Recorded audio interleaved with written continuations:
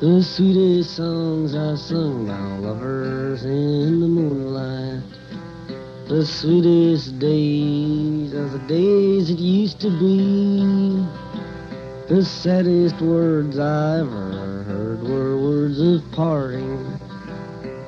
When you said, sweetheart, remember me. Remember me when the candlelights are gleaming. Remember me at the close of a long, long day. Just to be so sweet when all alone you're Esto es dreaming. Todo se andará. Just to know you still remember me. Buenos días, estamos con Chu Rasines, director creativo ejecutivo de Ghibli, o Ghibli, como lo queráis pronunciar. Buenos días. Hola, buenos días. Hoy tenemos el café de conversación aquí con Jesús, muy amable por estar con nosotros. Es la primera entrevista especial por Navidad que estamos haciendo en Todo se andará, y la hemos traído porque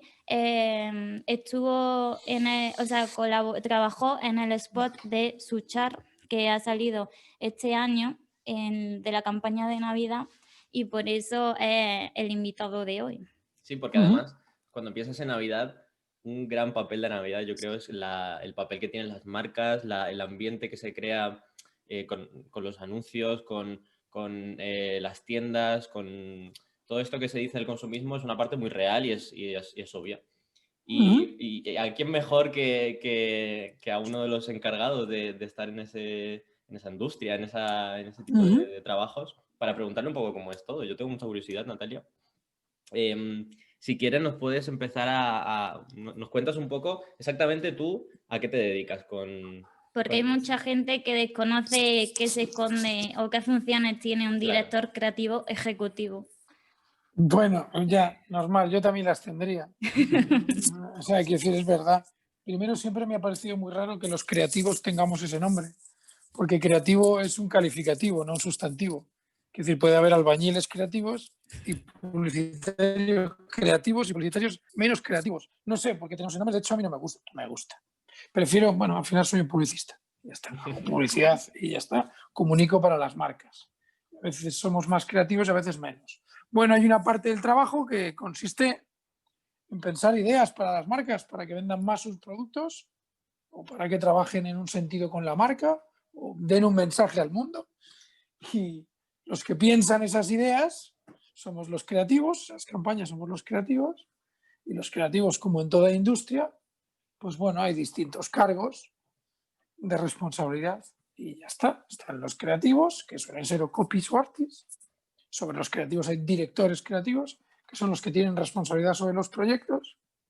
Y luego están los directores creativos ejecutivos, pues que tienen más responsabilidad que los directores creativos. Normalmente, pues un director creativo tiene varios creativos debajo, copies y artes, y un director creativo ejecutivo tiene varios directores creativos debajo. Entonces, el director creativo lleva 2 o 3 cuentas y yo llevo varios directores creativos, pues llevo unas cuentas y ya está. Y tú eres el que tiene la responsabilidad y la decisión final y eres el responsable. Si eso es una mierda o no una mierda, si está bien o está mal, para bien o para mal es una responsabilidad tuya. Yo creo que es mejor entender estas cosas desde la responsabilidad más que desde el poder. Yo creo que una de las primeras cosas que piensas cuando piensas en tu puesto, en tu cargo, sería, por ejemplo, el día a día, si tú eres el encargado de que te llegue una marca con una idea difusa y tal, y tú eres el que se dedica, ¿no?, a concretar su visión, o no tiene absolutamente nada que ver y a ti te llegan los briefings de lo que necesitan y para adelante. No sé si... Se parece a lo segundo. Las marcas no Sí, suelen ¿verdad? llegar con una idea. Es muy raro que una marca llegue con una idea muy concreta. Puede tener una dirección. Quiero contar esto de mi marca. Lo que solemos llamar posicionamiento. O, bueno, pues la marca lo que quiere es conectar de esta manera. Eso normalmente las marcas lo tienen pensado.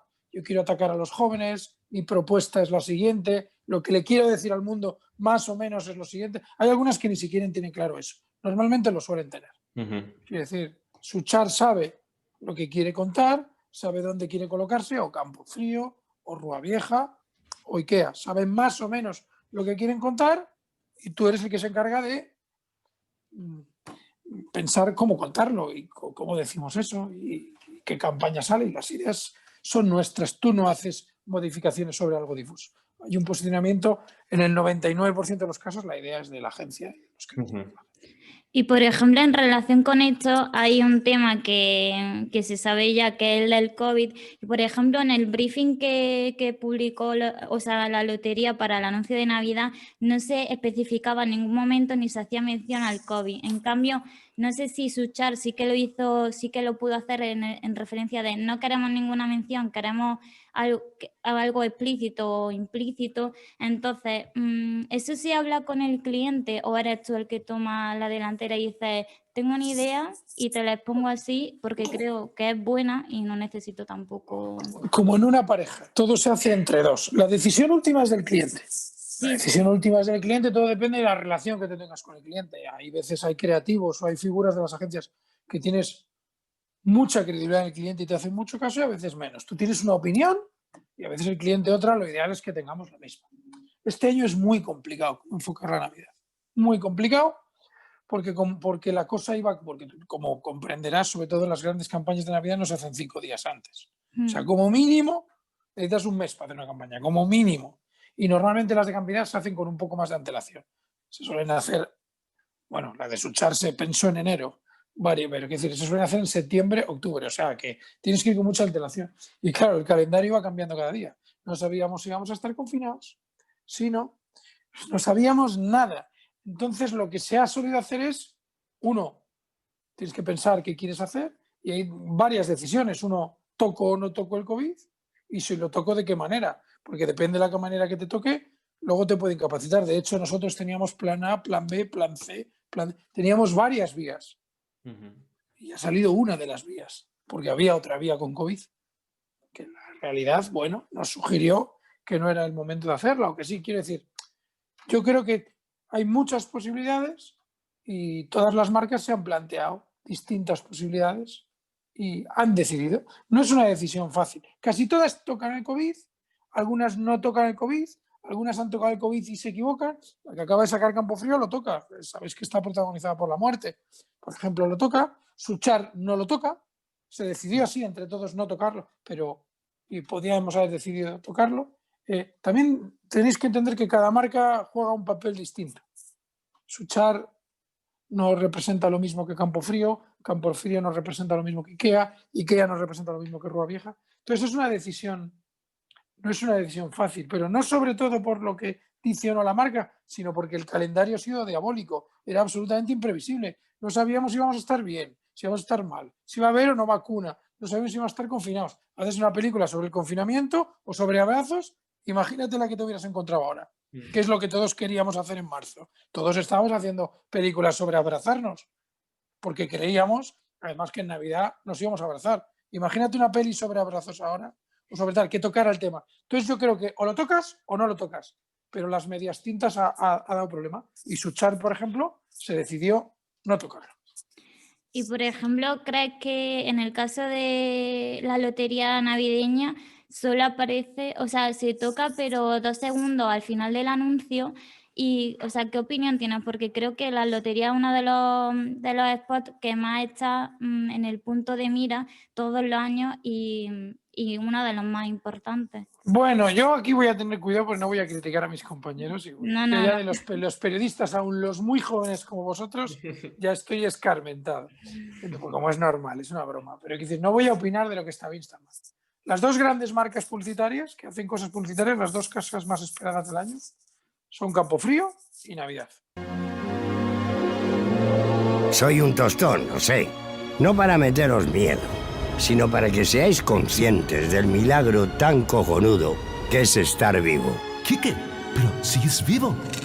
Hombre, Robinson, ¿qué manía tenéis todos con que suba? ¿Qué tal por ahí arriba? Y Lotería de Navidad, perdón.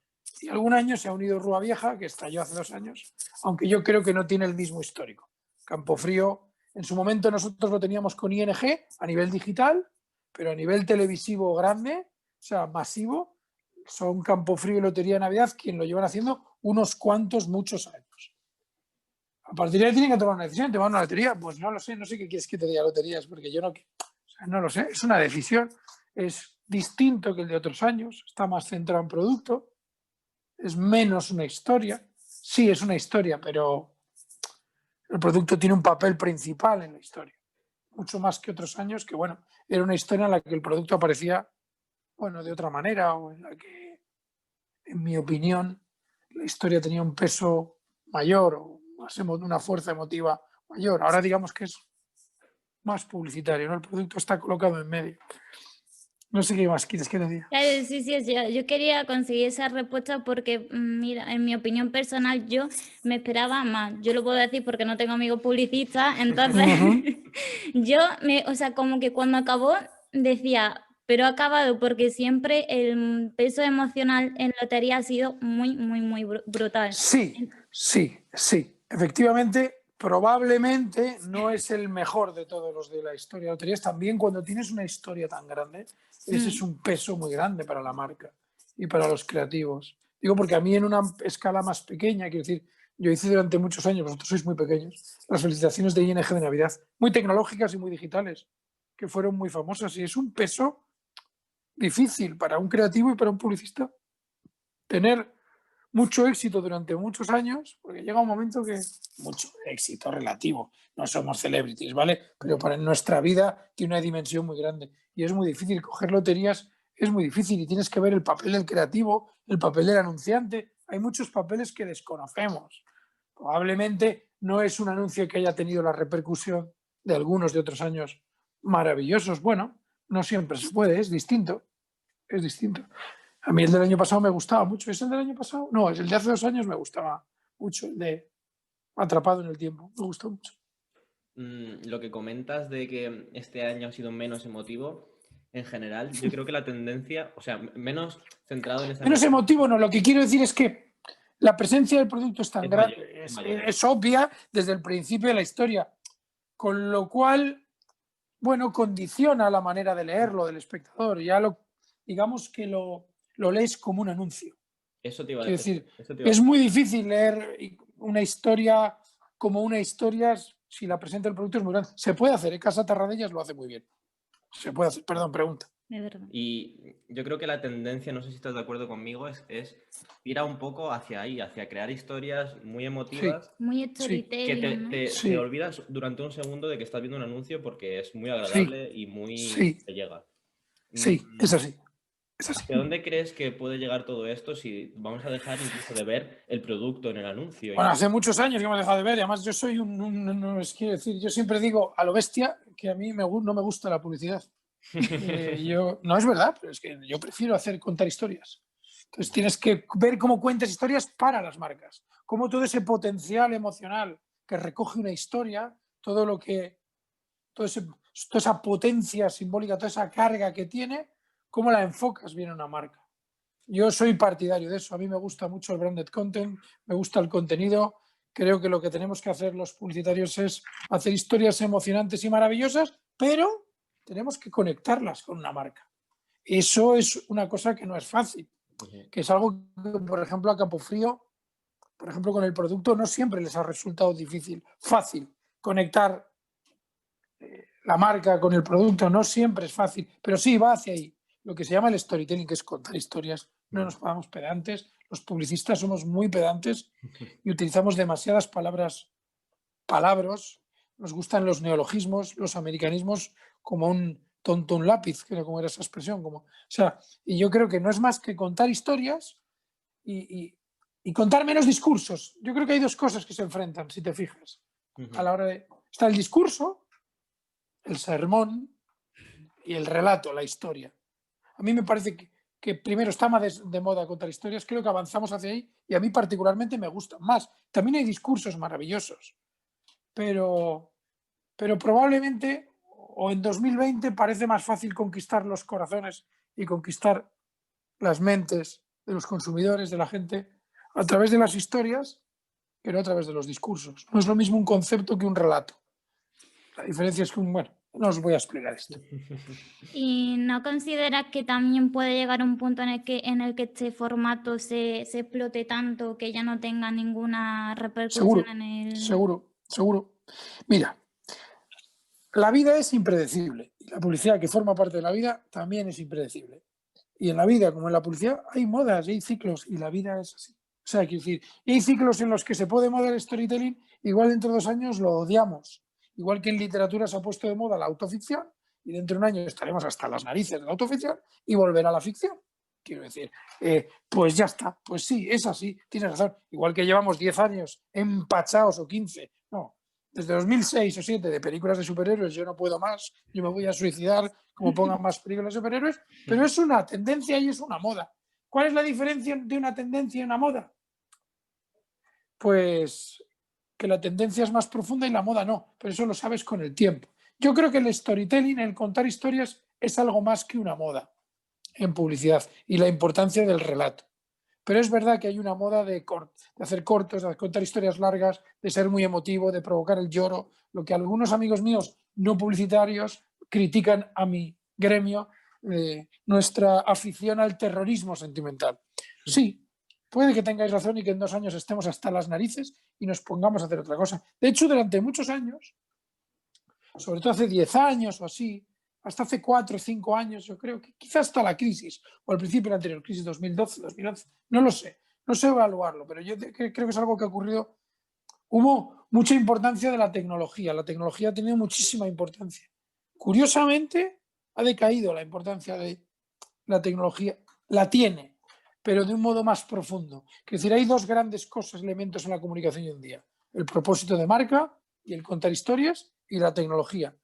La tecnología hace años en publicidad se utilizaba de una manera más superficial, hacías truquetes con tecnología, gimmicks, cositas, sobre todo la primera década, que fue muy divertida, experimentamos mucho, pero ahora hemos vuelto a las historias y al vídeo y a los formatos más tradicionales y una vuelta tremenda a eso. Es curioso, se ha ido para atrás en algún sentido, porque la tecnología se ha dedicado a cosas más profundas. Hay una influencia tecnológica en la publicidad tremenda, pero quizá no tanto en la creatividad, sino en otros aspectos más profundos, en las bases de datos, en la recopilación de data. Todo eso es una revolución en la creatividad, comunicación personalizada, bla, bla, bla, bla, bla, bla.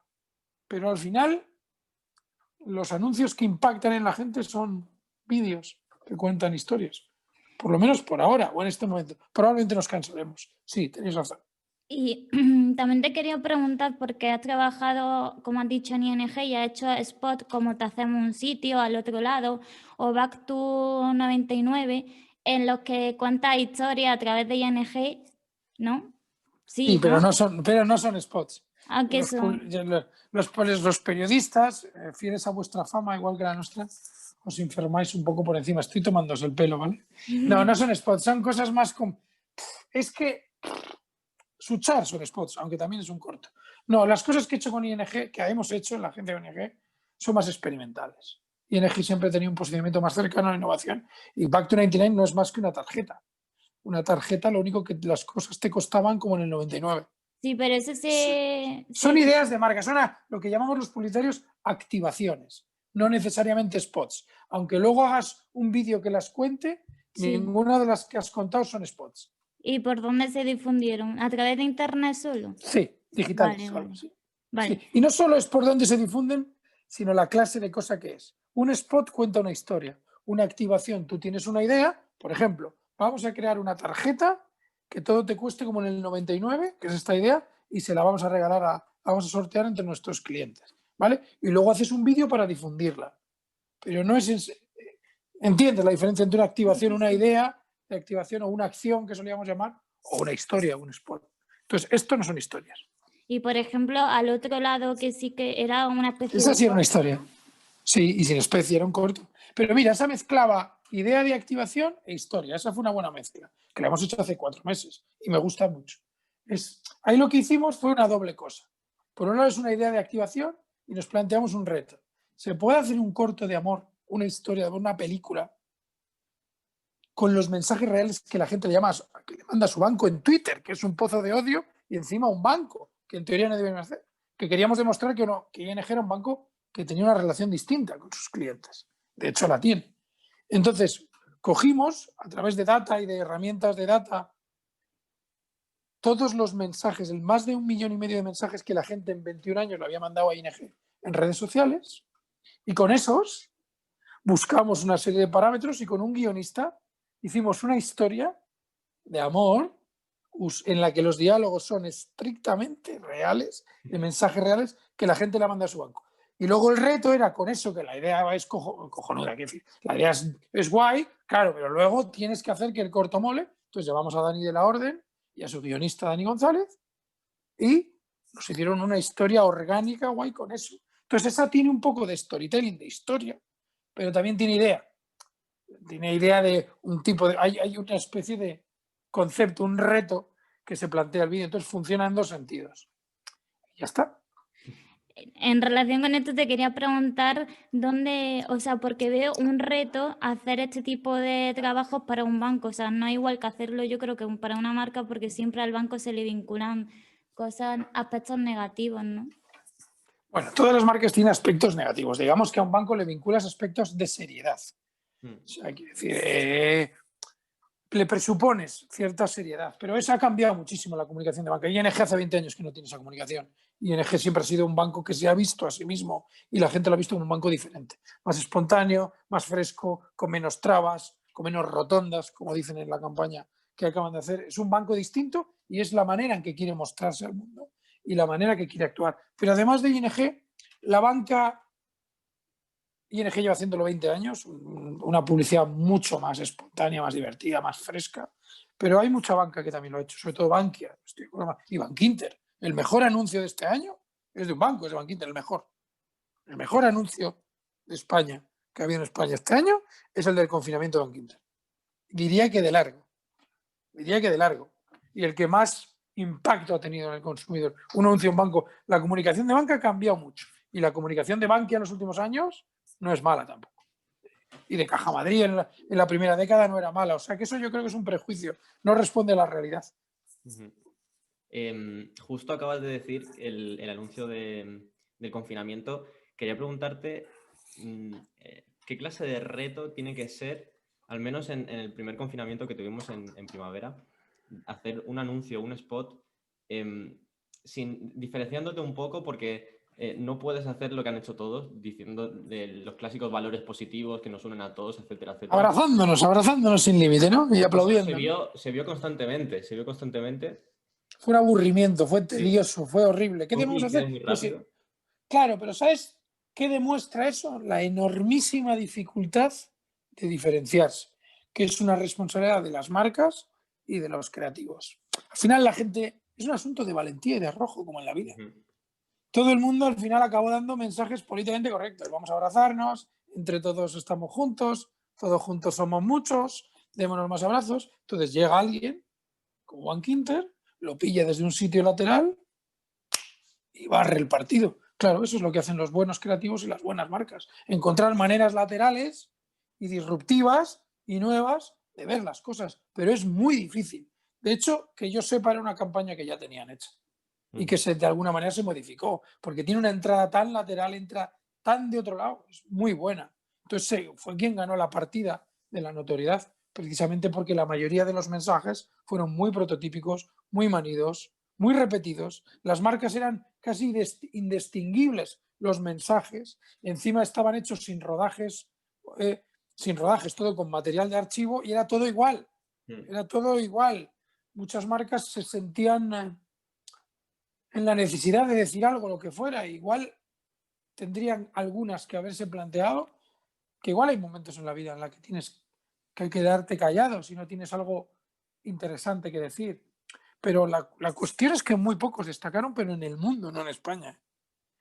En el mundo. Yo te diría que no hay ninguna que me encante muchísimo. Hasta las mejores americanas o inglesas, no voy a poner marcas, me meto en charcos, hasta las grandes. Bueno, es lo mismo de lo mismo, contado con mucho dinero, con famosos, con Kate Tempest y con lo que quieras, pero estoy de acuerdo como te llamas, con Blas.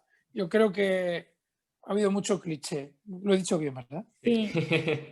Te ver. queremos enseñar un vídeo de Pantomima Full que no sé si viste sobre la El de los creativos, publicidad. sí. Lo conozco, sí. Hemos tenido que estar aislados. Sin embargo, hemos estado más juntos que nunca. Hemos reído, hemos bailado, hemos cantado, hemos brindado. Y aunque ahora empezamos a volver, nunca nos hemos ido. Porque si algo nos caracteriza son nuestras ganas de vivir, de abrazarnos, de ver a los nuestros, de compartir momentos. En definitiva, de ser nosotros. Porque a vivir no nos gana nadie. Sigamos viviendo. Seguimos a tu lado. Así somos. Podría ser un anuncio perfectamente real. Es una parodia absolutamente precisa. Sí. No ha sido fácil para nadie. No ha sido fácil porque no solo se te tiene que ocurrir y te tienes que atrever. Todo se hizo en horas. O sea, hemos hecho anuncios en horas. O sea, spots en horas. De las 3 a las 7. O sea, venga. Se han hecho spots sobre la marcha. Pero bueno, a veces, como en la vida, cuando hiperreaccionamos a las cosas no eres tan original. Tampoco pasa nada. Yo creo que los que han partido el bacalao tenían cosas trabajadas antes. De verdad, me cuesta pensar que haya habido algo que me haya parecido excepcional publicitariamente en el COVID. Me cuesta. Creo que muchas veces el límite también viene por parte de los clientes que no se arriesgan porque ven un tema demasiado delicado y aunque un creativo le presenta, o un grupo, en plan, en la agencia en común, le presenta la mejor idea de su vida, no son lo suficientemente valientes o no tienen, no se ven como en un momento de arriesgarse, porque como hay claro, eso es lo que siempre, el discurso de los creativos siempre es ese. Yo creo que es un discurso injusto. Injusto, no, quiero decir, pedirle riesgo al otro, disparar con pólvora del rey, es muy fácil. Te tienes que arriesgar tú mismo, claro, es la gran queja eterna de los creativos publicitarios que no se arriesgan, es verdad. Pero no es una cuestión de riesgo, fíjate, que sí lo es. Es sobre todo de saber qué es lo que quieres. Muchas marcas no saben lo que quieren. Entonces lo que haces es como la gente que no sabe lo que quiere. Nada si guardar la ropa, ni fu ni fa, que es lo que le pasa al 90% de las marcas. Y de repente hay marcas que saben lo que quieren y no tienen miedo a decirlo de la manera. Acabo de hacer un anuncio Campofrío que acabo de ver, hablando de la muerte, de palmarla, de diñarla. Saben que van a recibir críticas, saben que va a polarizar la opinión. Es una decisión. Es una decisión. La valentía es muy importante, pero si te fijas, un segundo paso a una cosa más importante, saber lo que quieres. Es como ser valiente por amor. Lo importante es saber qué quieres a alguien. Y luego ya puedes ser o no valiente. Pero es que las marcas, o muchas agencias, o muchas marcas, todos, a veces fallan antes. El problema es que no sabes lo que quieres y comunicas por desidia, por inercia, porque hay que comunicar y porque hay muchos intereses opuestos en las empresas, son muy complicadas. No es fácil, no es fácil.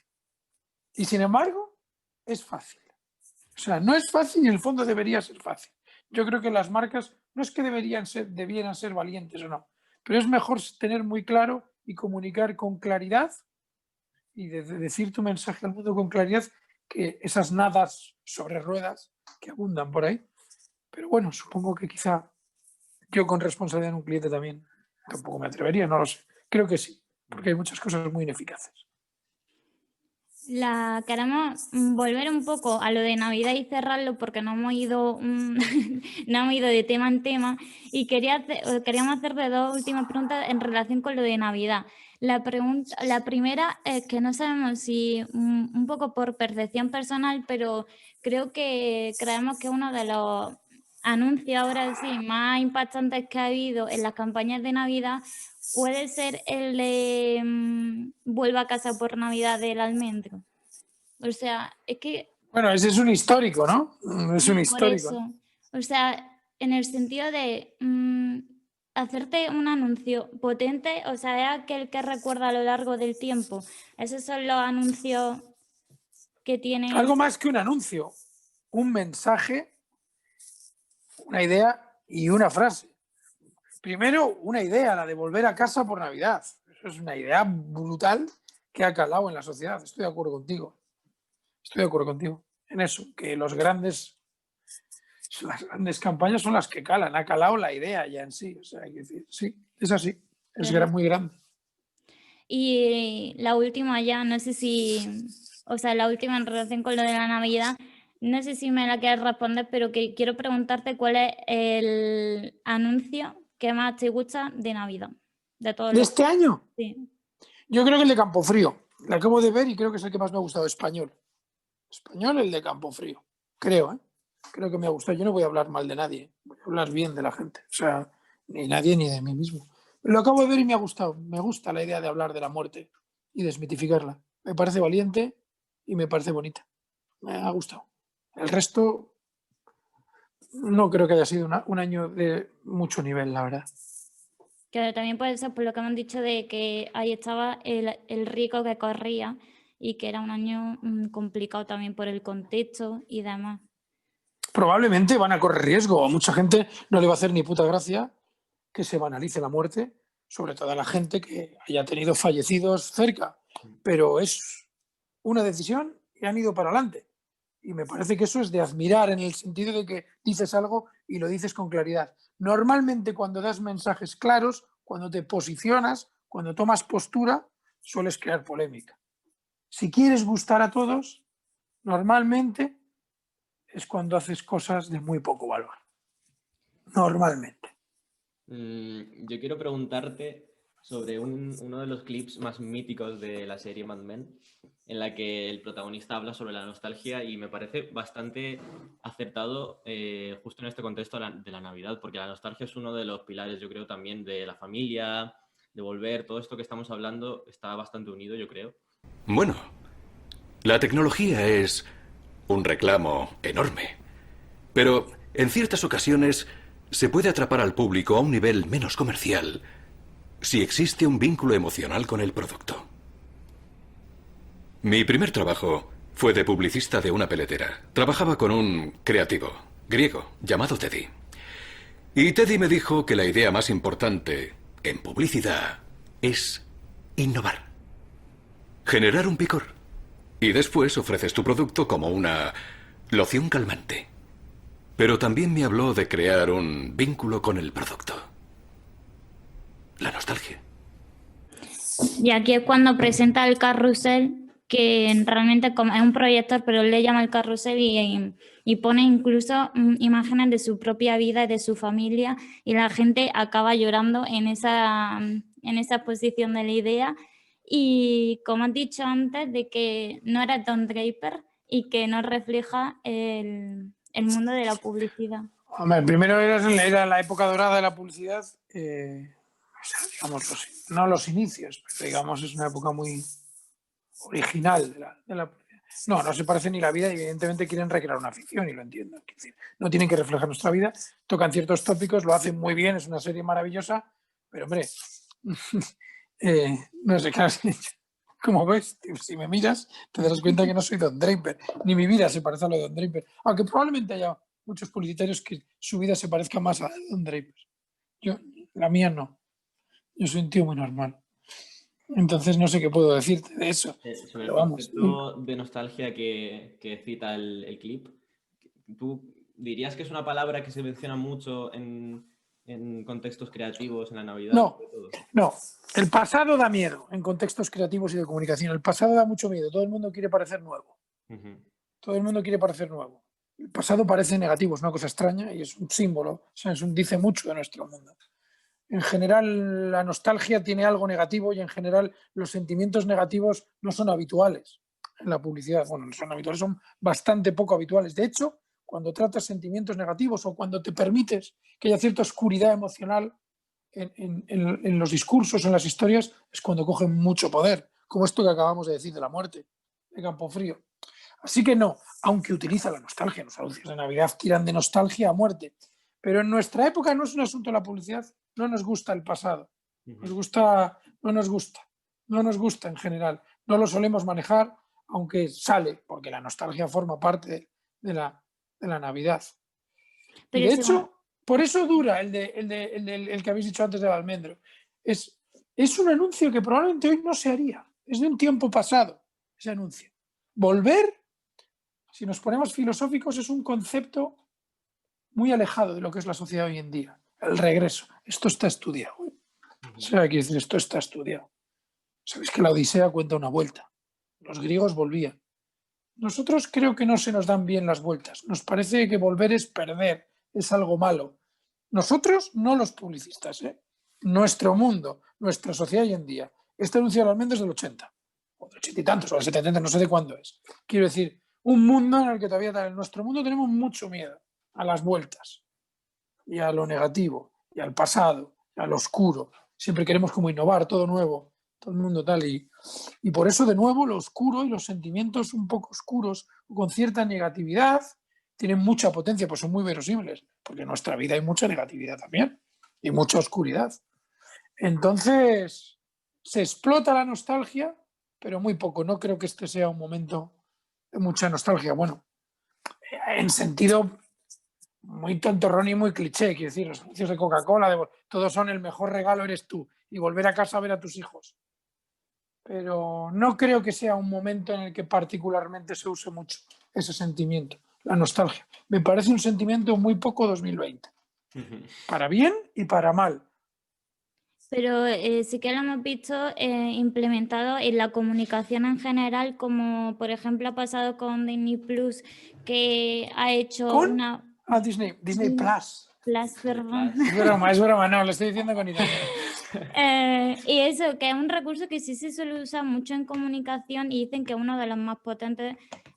Bueno, ya no tanto en publicidad, pero este año sí que me da la sensación que tanto cinematográficamente como por ejemplo, lo de Disney Plus sí se ha vuelto mucho y se han puesto en primer plano la nostalgia, ¿no? Que lo hablamos en un programa. No sé de qué ejemplo me hablas.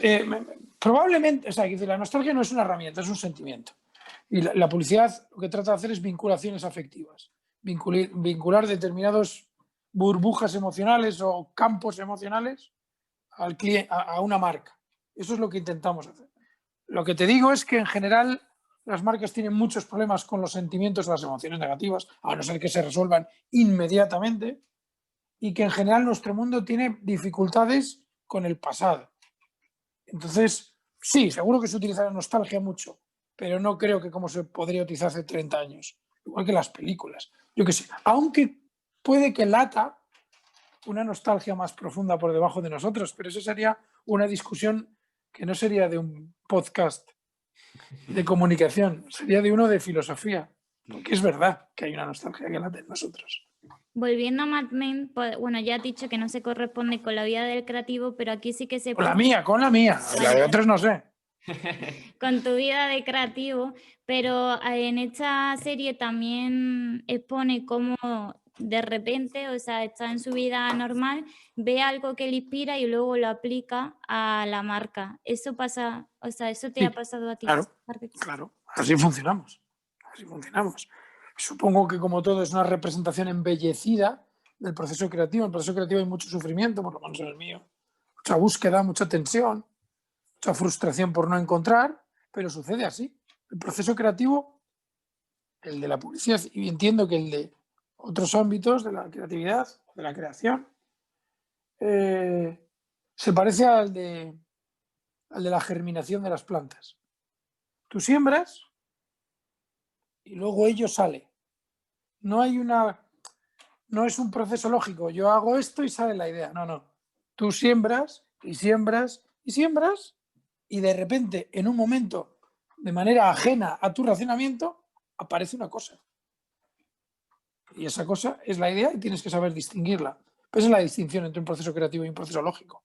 Un proceso lógico son pasitos que tú vas sumando y aparece una cosa, porque un proceso creativo no funciona así. Por eso en un proceso creativo hay encuentros, hay apariciones, hay momentos de, claro que se te revela la idea, claro que es así. Lo que pasa es que no es tan romántico y necesita un periodo de siembra y de mucha tensión que es muy, muy jodido personalmente.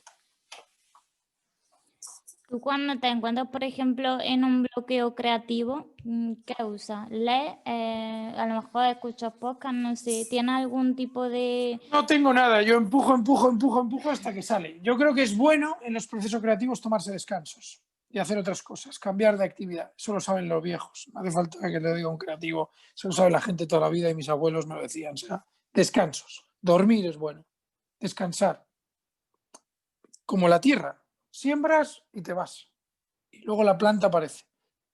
La insistencia excesiva, obsesiva, constante, puede matar la aparición. Normalmente el proceso suele haber un periodo de descanso, es obsesión, darle vueltas, periodo de descanso y después es cuando suele aparecer la cosa. Me ha gustado, voy a coger eso como titular, el proceso creativo es doloroso. No, el mío. El tuyo y en general...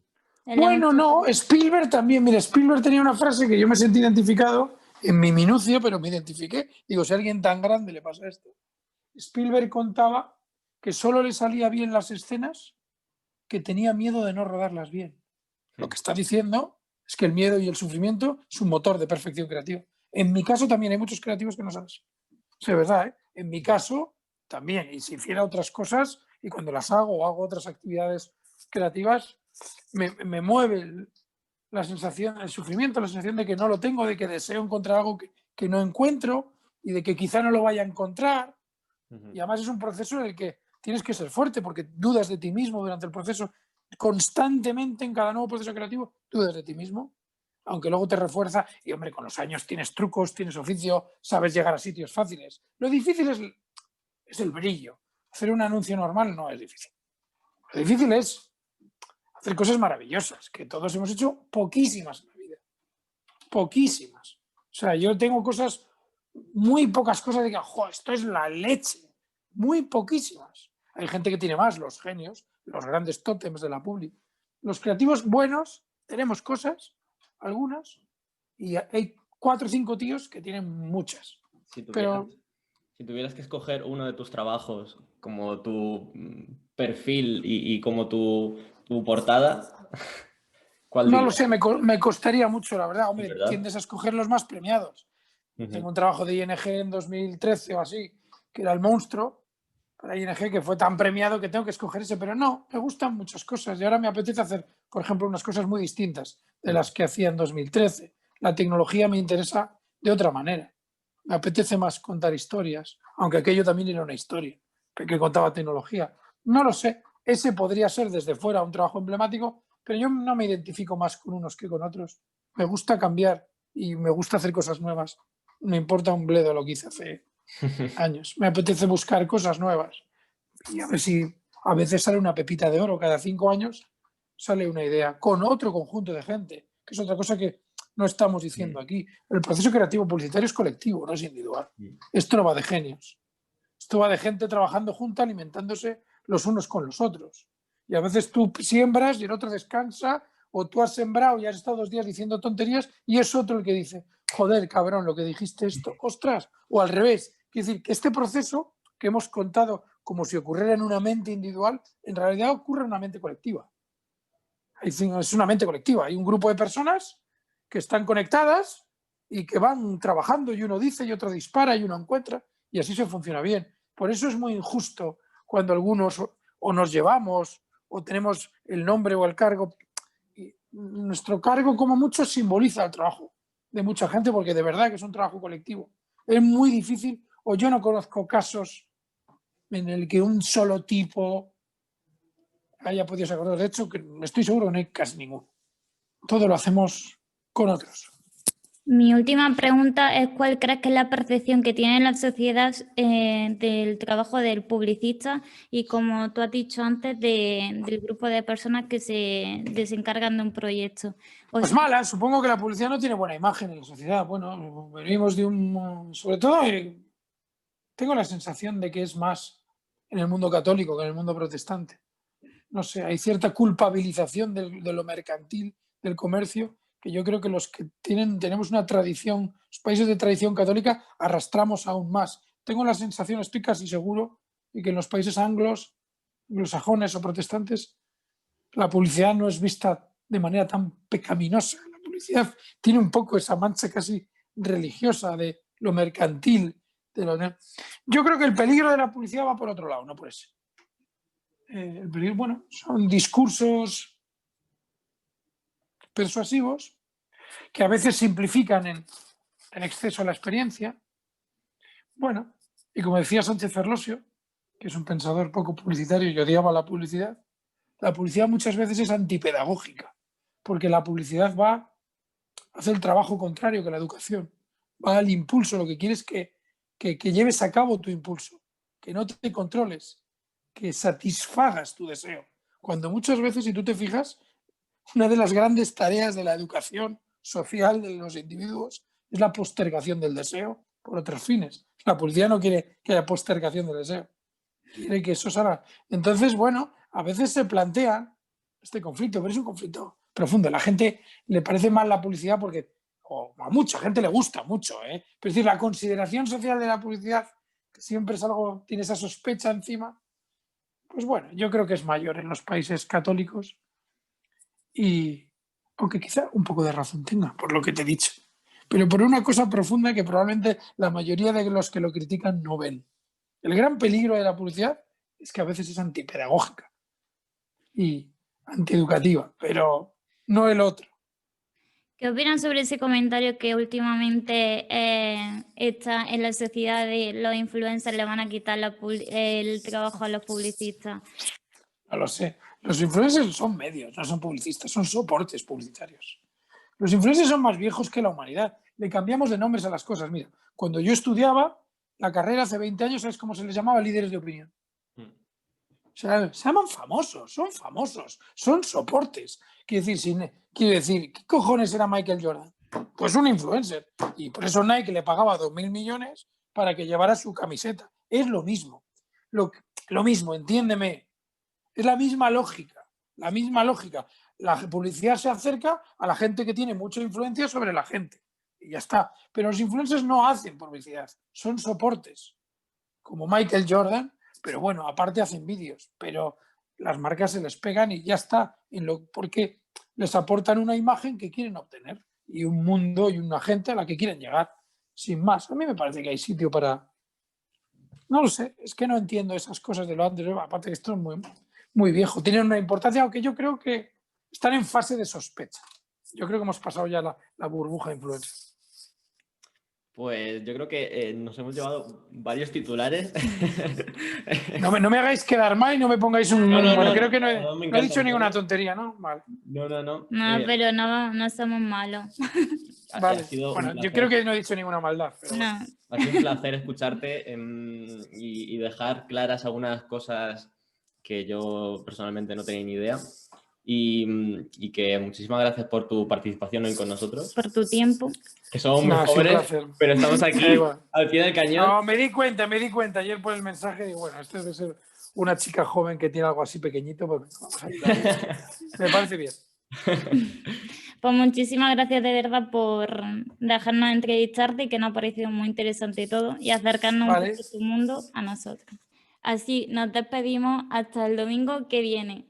Y queremos recordar también que tenemos un calendario de Adviento en nuestro Instagram, donde cada día os presentamos una nueva sorpresa y tenemos cosas muy interesantes, así que os esperamos allí.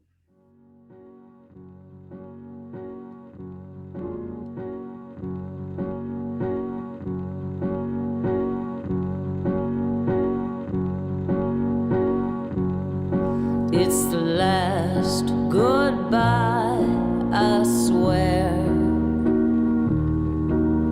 I can't rely on a dime a day love that don't go anywhere.